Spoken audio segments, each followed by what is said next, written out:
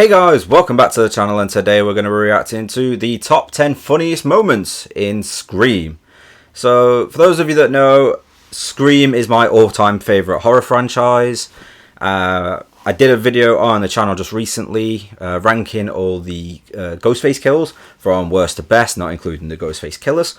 And yeah, it's... I just love the franchise. I recently went to watch Scream 6 as well in the cinema when that came out, and I loved it. It was a great film. Don't worry, I'm not going to spoil it for those of you that haven't seen it. There'll be many more Scream videos coming on the channel, but I just thought, why not? You know, why not do the funniest moments, the top 10 funniest moments in the history of the franchise, and just see how funny they really are. You know, I've seen these movies several times, so I will know all of these moments that are coming up in the video, but I just think it'll be interesting to see how they've been ranked and what's been ranked as the funniest moment. There was some funny moments in Scream 6, again I'm not going to spoil it, but yeah, there were some really funny moments, and I feel like potentially they may even crack this list one day. But at the moment they won't be on there because obviously the film has only just come out. I'm not expecting to see them on there, but yeah, I can't wait because I just love Scream. It's just, like I say, it's my favourite horror franchise. It's so good. So let's not delay any longer. If you're new to the channel, you know what to do. Let's get into the video. Number 10, Video Store Rant, Scream. Jamie Kennedy and Matthew Lillard turn in arguably the two funniest performances across the Scream franchise. So what better way to kick off this list than with a scene involving the two of them? He's got killer printed all over his forehead. Okay. Really? Why'd the cops let him go, smart guy? Because obviously they don't watch enough movies. This is standard horror movie stuff. Prom Night Revisited, man. With the town of Woodsboro in a frenzy over the recent killings, Randy's video store has a run in the mass murder section. So, like any good friend who's secretly a murderer, Stu comes in to distract Randy while he's stocking the shelves. Now that Billy tried to mutilate her, do you think Sid would go out with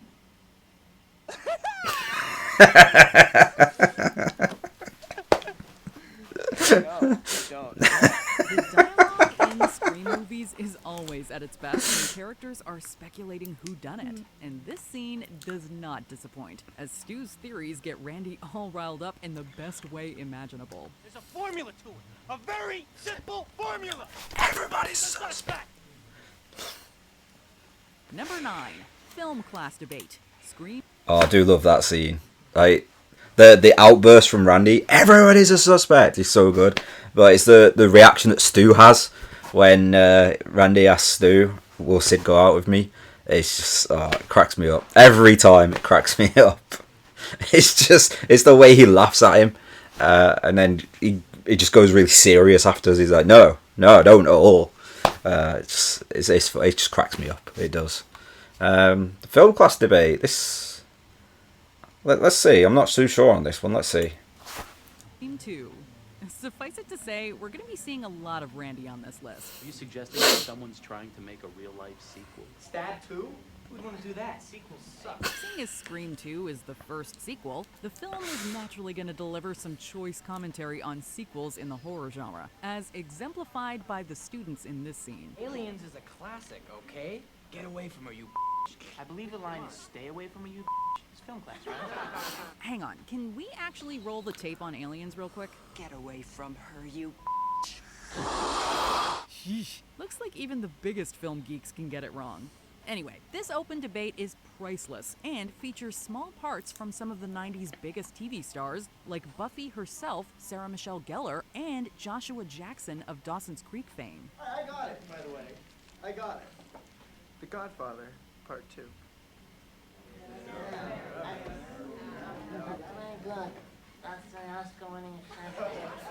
Honestly, who among us didn't want to enroll in a film class after seeing this scene?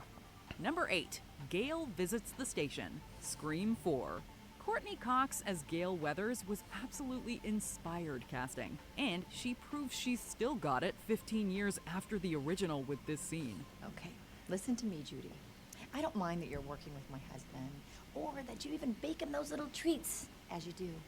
But if you're gonna start acting like him, you gotta put a mustache on, because you sound ridiculous. Struggling with being a small-town writer, Gail immediately puts on her reporter hat looking to solve the new string of murders. But as she marches into the police station for intel, she locks horns with Deputy Judy, who seems to be a little too comfortable with Sheriff Dewey with her lemon squares. No, that's not an innuendo. Your lemon squares taste like ass. They don't. They really don't. Thank you, sir. Outside, Gail's approached by Sydney's publicist Rebecca, played by an always terrific Alison Brie. Rebecca is perhaps a bit too like a proto-Gail, so our Gail makes sure to put her in her place. Kudos on being brave enough to drop off the professional map. Any plans on revitalizing your tarnished brand? Listen, in about 2 seconds, I'm gonna revitalize your face with my tarnished brand. Got it. Number 7, Randy's Call with Ghostface, Scream. So I didn't really say anything after the number 9. I don't think that the ranking was right in that. So the film class, if you're going to put it on here, should have been number 10 most definitely. And I feel like Stu and Randy should actually be bumped up so far to number 8. As we're going through them, I'll obviously give my opinion on all of them. But I feel like number 10, at the moment where we are in the video right now, should be at number 8. And it could get even higher yet. So, yeah, I don't feel like the list is going to be something I'm going to agree with in its entirety. But definitely the Stu and Randy scene should be way higher up than it is. Just because it's far funnier than those last 2 scenes that we saw. Randy's Call with Ghostface. Let's do it. 2. Before we get into the meat and potatoes of this entry, we have to highlight this hilarious line for any of you Friends fanatics. When did she start smoking? Ever since those nude pictures on the internet. It was just my head. It was Jennifer Aniston's mom. Okay, moving on. When the gang gets a call from Ghostface, Gail and Dewey task Randy with keeping him on the line while they try to find the caller. What follows is a hilarious exchange, as Randy uses his trademark sense of humor to deflect away his rising fear. Showgirls. Absolutely frightening. What's yours? Sorry. Meanwhile, Gail and Dewey get some hilarious moments of their own as they incorrectly hassle strangers talking on cell phones. Who's this? Gail Weathers, author of the Woodsboro Murders. Sadly, the scene does end in tragedy. What I love about that bit is she describes herself, like, not only introduces herself by name, but also like plugs her book at the same time. And then the person on the phone is like, who? You know, like she thinks she's a big deal, and the person's like, who? Let's just rewind it a little bit. Meanwhile, Gail and Dewey get some hilarious moments of their own as they incorrectly hassle strangers talking on cell phones. Who's this? Gail Weathers, author of the Woodsboro Murders. Sadly, the scene does end in tragedy as Randy gets jumped and killed by Ghostface. But at least he got to go out on one of his classic rants. You want to be one of the big boys? Huh? Manson? Bundy? OJ?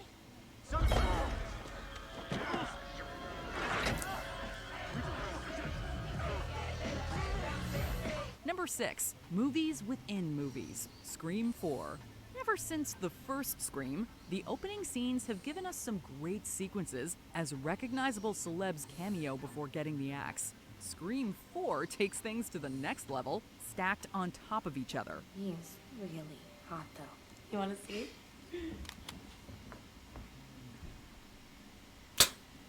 That's Channing Tatum. It is not. Is it? Yeah, from his Abercrombie days.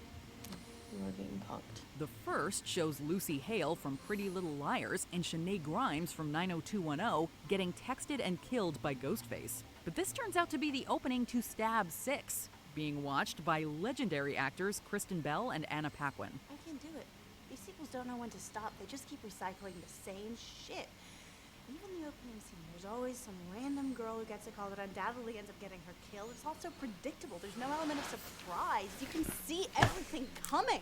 They get some great commentary too, before they too are revealed to be characters from Stab 7, being watched by actual characters from Scream 4. A movie within a movie. I get that. But it's illogical. It begs the question that if the beginning of Stab 7 is Stab 6, then is the beginning of Stab 6 Stab 5? And if so, what is Stab 4 about? You're overthinking it. Am I, or did whoever make it just underthink it? There's a reason I don't watch these movies. We honestly didn't think the franchise could get any more meta. Number 5, Alright, firstly, to the character Marnie Cooper, there's no reason to not like Scream or Stab. They're watching Stab, so there's no reason to not like Stab. So I just feel like everyone should be watching that. You know, there's absolutely no reason to not watch that. So she can just be quiet and go away. As for the movie within a movie situation, it's very much a... I don't like the start to Scream 4. I don't. As much as I love the franchise and I love all the films inside the franchise, the beginning to Scream 4 with the movie inside a movie, it's the fact that they do it twice. You know, they show one of the Stab movies, that then cuts into another Stab movie, then that cuts into Scream. The concept of Stab is fine, but the way they do Stab into Stab, then into Scream, I don't like that. So that's unfortunately. I mean, don't get me wrong. The line when she's showing her the picture, and it's like Channing Tatum, gets a little bit of a chuckle. But is the Stab in Stab and then into Scream really a funny moment? I'm not so sure.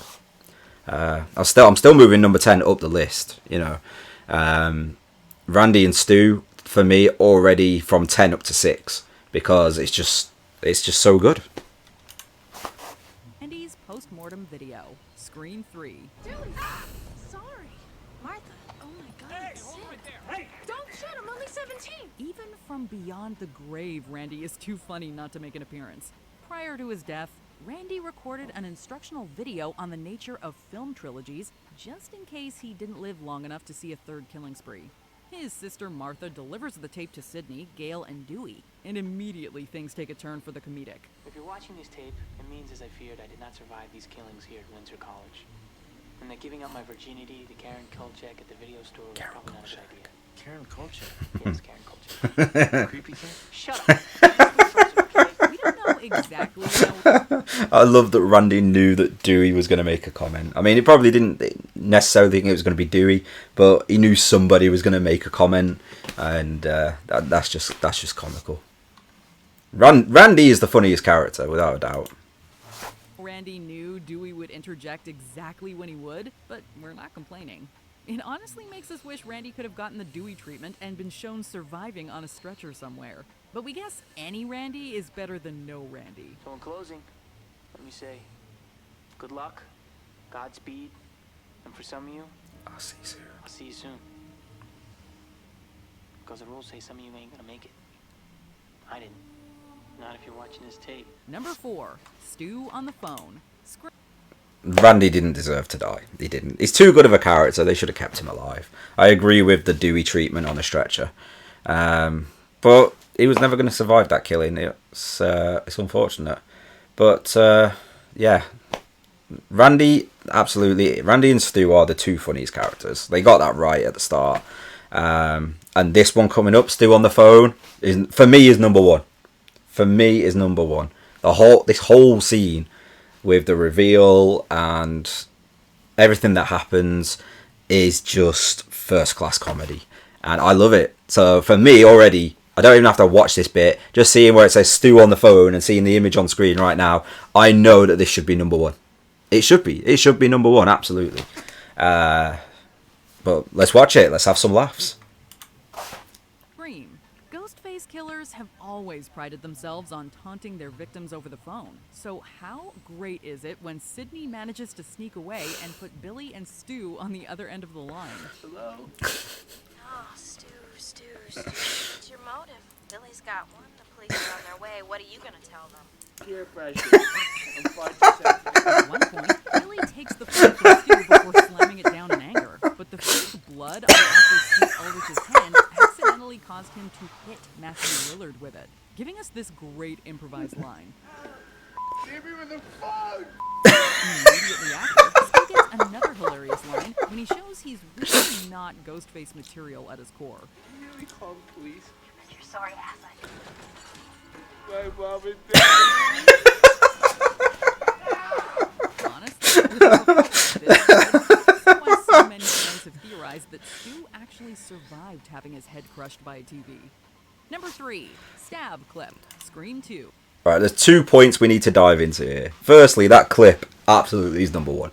Absolutely. Like, they hit him with the phone. Ah, you hit him with a phone, you dick. That's just so funny. But like I say, that whole scene is comical.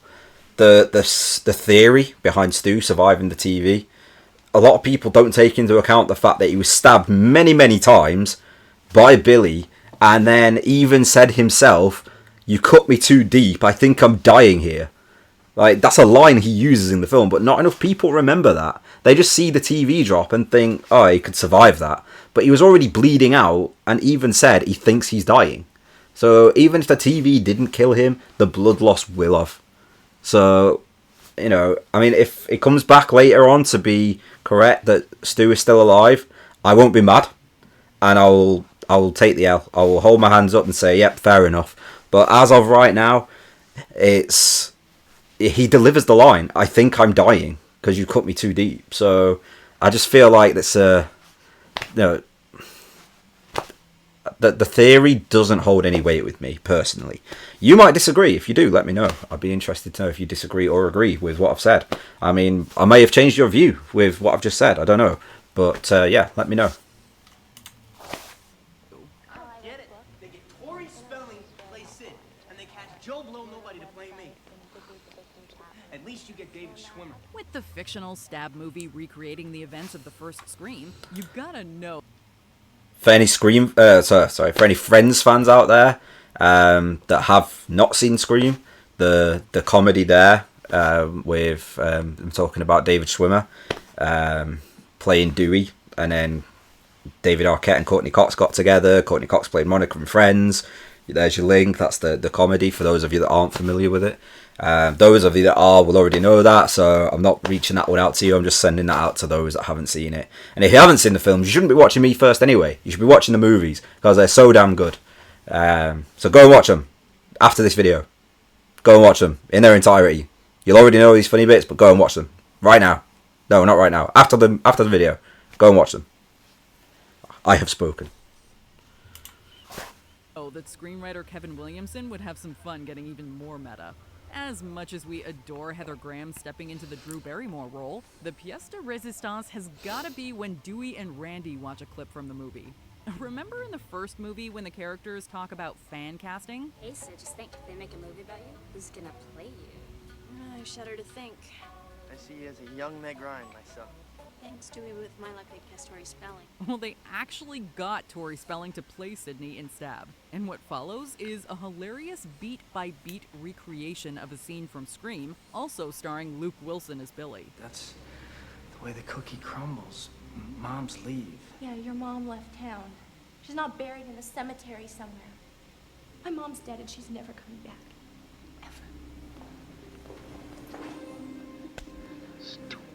We so wish we could have actually seen a clip of David Schwimmer playing Dewey. Number 2, meeting Carrie Fisher, Scream 3. Here's how I see it. I've got no house, no bodyguard, no movie, and I'm being stalked. Because someone was to kill me? No, because someone was to kill you. So now, starting now, I go where you go. That way, if someone was to kill me, I'll be with you. Since they really want to kill you, they won't kill me. They'll kill you. Make sense? None. Parker Posey's Jennifer Jolie was Jennifer is so annoying. She really is. a hilarious foil to Gale. And gone too soon, we might add. But their best bit comes when their investigation brings them to a Carrie Fisher look-alike, played by the actual Carrie Fisher. You know.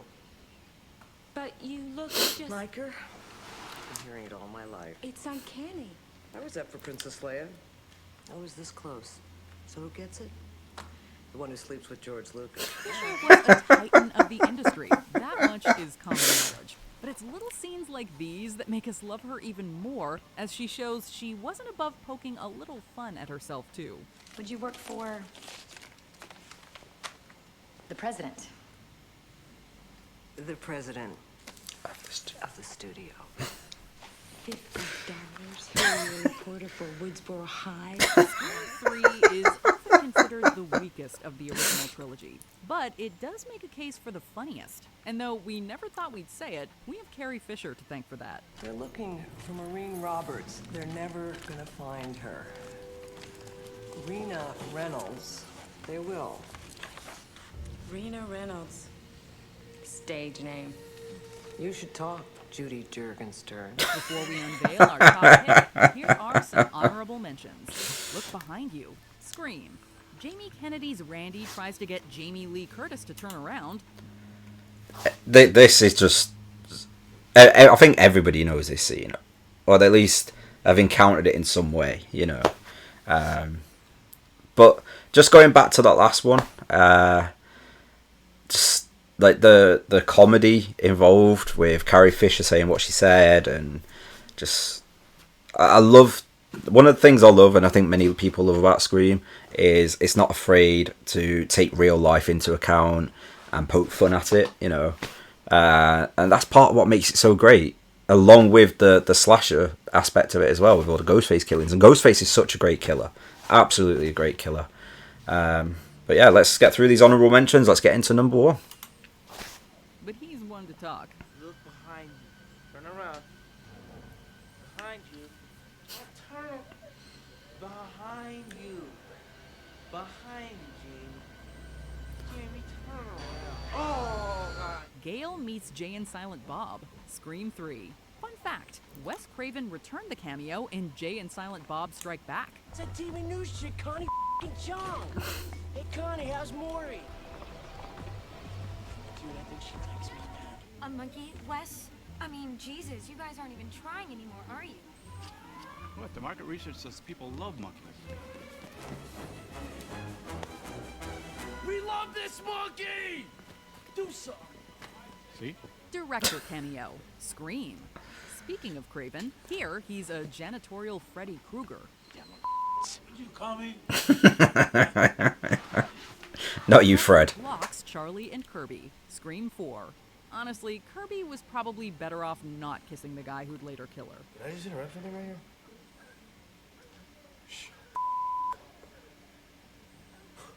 Who invited you, Trevor? Gail criticizes Kenny. Scream. We love Gail, but boy did she used to be mean. Kenny, Yeah? I know that you're about 50 pounds overweight. But when I say hurry, Please interpret that as move your fat, tub of lard ass now! Before we continue, be sure to subscribe to our channel and ring the bell to... I feel sorry for Kenny, I really do. I mentioned that in my ranked Ghostface Kills Worst to Best video. Again, if you haven't seen it, make sure you watch it. Get notified about our latest videos. You have the option to be notified for occasional videos or all of them. If you're on your phone, make sure you go into your settings and switch on notifications. Number 1, Randy explains the rules. Okay. Scream. It would not be a Scream movie without someone spouting off a new batch of rules, and this is where it all started. There are certain rules that one must abide by in order to successfully survive a horror movie. For instance, number 1, you can never have sex. Big no-no! Big no! Dead man. Though we all know the standard horror movie rules now, and we probably did back in 1996, it was still a breath of fresh air to get a slasher movie where the characters were just as savvy as we are. Number 2, you can never drink or do drugs. Randy loves nothing more than to talk about the genre. While he can never seem to find the right audience, that doesn't stop him from letting his geek flag fly. Capping off the scene comes perhaps the best series of lines in any Scream movie, and is a great way to send us out on. Never, ever, ever, under any circumstances, say, I'll be right back. Because you won't be back. Get another beer, you want one? Yeah, sure. I'll be right back.